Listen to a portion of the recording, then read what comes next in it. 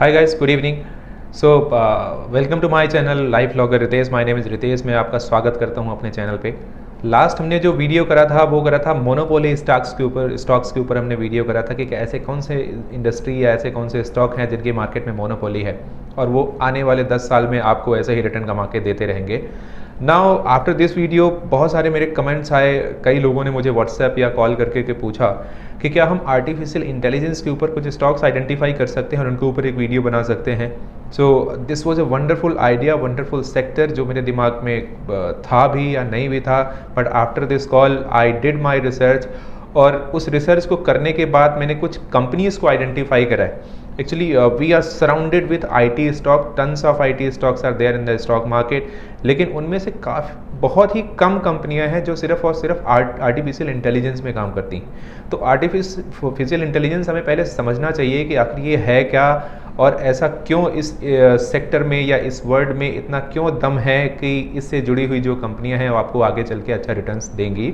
तो artificial intelligence की अगर हम बात करते हैं तो जहाँ पे ह्यूमन इंटेलेक्ट को, ह्यूमन इंटेलिजेंस को अगर आप मशीन के फॉर्म में कन्वर्ट करते हैं और ये कहूँ कि 100 लोगों का दिमाग लेकर के आप एक दिमाग बनाते हैं और उस दिमाग से बहुत सारा आप काम लेते हैं, आर्टिफिशियल इंटेलिजेंस उसे कहते हैं। तो ह्यूमन का इंटेलेक्ट और इंटेलिजेंस यूज़ करके उसे हम मशीन के फॉर्म में कन्वर्ट करते हैं, देन उसे प्रोग्राम करके हम उसे काम लेते हैं।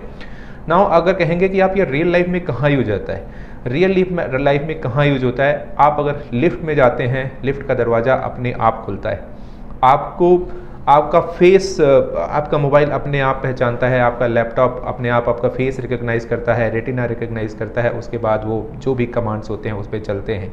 बहुत सारे इंटेलिजेंस हैं। आप अगर किसी मॉल पे या किसी हॉस्पिटल में या किसी ऐसी जगह जाते हैं जहाँ पे ऑटोमेटेड ग्लास डोर लगे होते हैं और आपके जाने के पहले वो खुल जाते हैं। पहले पैकेजिंग इंडस्ट्री या ऑटोमेटिव इंडस्ट्री की बात करते हैं तो बहुत सारा मैनुअल काम होता था। आजकल अगर आपको असेंबली लाइन किसी ऑटोमोबाइल इंडस्ट्री का देखने का मौका मिले तो वहाँ असेंबली लाइन पे अब लोग मैन पावर यानी फिजिकल लोग काम नहीं करते, वहाँ पे रोबोट्स काम करते हैं और सारी की सारी ऑटोमोबाइल इंडस्ट्रीज़ की कार्स की असेंबली अब रोबोट्स के थ्रू होने लगी। अगर आप पेंट का काम देखते हैं तो पेंट इंडस्ट्री ऑटोमोबाइल में वो भी बहुत सारे रोबोट्स करने लगे हैं। वो कोई भी मैन पावर या कि मैनुअल लेबर उसमें यूज़ नहीं करी जा सकती, नहीं करते। Packaging industry is one of the industry जहाँ पे बहुत ही रिवोल्यूशनरी आर्टिफिशियल इंटेलिजेंस में ग्रोथ हुई है और पैकेजिंग में पूरी की पूरी पूरा टेक्नोलॉजी से ही सिर्फ पैकेजिंग हो जाती है। So there are an number of industries. हमारी रियल लाइफ में अगर आपको मैं कुछ वीडियोस दिखाऊं या आप कुछ हॉलीवुड की मूवीज़ देखते हैं जो आज से आपको 10 से 15 साल बाद आपको प्रोजेक्ट करते हैं, तो बहुत आप जल्दी देखेंगे कि आपके घरों में ड्रोन से डिलीवरी, होम डिलीवरी होने वाली है, जो कि US के कुछ शहरों में पायलट प्रोजेक्ट्स ऑलरेडी चल रहा है। एलन मस्क ऑलरेडी और टेस्ला, अमेजॉन ऑलरेडी उस प्रोजेक्ट में काम चल रहे हैं। जो ड्राइवरलेस कार्स हैं वो US में अभी भी उनका ट्रायल रन चल रहा है और कई जगह सक्सेसफुल भी रही हैं। तो ये रियलिटी है। ये बहुत दिनों तक ऐसी चीज़ें हम उनसे दूर नहीं रह सकते। An entire world would be using artificial intelligence. So artificial intelligence में कौन सी ऐसी IT कंपनी है जो काम कर रही हैं और उनका फ्यूचर कैसे होने वाला है, आने वाले वीडियो के हम 5, 10, 15 मिनट के पार्ट में we are going to discuss. आपने सबने नाम सुना है इन्फोसिस का, TCS का, हैप्पीएस्ट माइंड का, जो कि नया खिलाड़ी है IT इंडस्ट्री में। वो कैसा कर रहे हैं, किस कंपनी का आर्टिफिशियल इंटेलिजेंस के कारोबार में कितनी पकड़ है, वो हम सब बात करेंगे डिटेल में। कंपनी के फाइनेंशियल्स के बारे में और कंपनी के फ्यूचर्स के बारे में बात करेंगे हम डिटेल में। तो कीप वॉचिंग माय चैनल। अब हम पढ़ते हैं अपनी पहली कंपनी जो कि है हैप्पीएस्ट माइंड। हैप्पीएस्ट माइंड के बारे में बात करने से पहले आइए आपको एक 2 मिनट की वीडियो में दिखाने की कोशिश करता हूँ कि टेक्नोलॉजी कैसे हमारी ज़िंदगी में इम्पॉर्टेंट बन जाएगी, हमारी लाइफ का एक ऐसा हिस्सा बन जाएगी कि जिसके बिना हमारा सर्वाइवल बहुत ही डिफ़िकल्ट लगने लगेगा हमें। राइट फ्रॉम हमारे रेस्टोरेंट में हम क्या खाना चाहते हैं उसका आर्टिफिशियल इंटेलिजेंस, हमारी क्या आदतें हैं, हम क्या सोचते हैं, फिजिकल गेम्स सारे डिजिटल गेम्स में कन्वर्ट हो चुके होंगे, सारी दुनिया एक तरह से डिजिटल या वर्चुअल हो चुकी होगी। जिंदगी इतनी आसान होने वाली है इन आर्टिफिशियल इंटेलिजेंस और इस टेक्नोलॉजी की मदद से। मैं आपको विजुअलाइज करने की कोशिश करता हूँ। Just watch this video and then will talk about our company.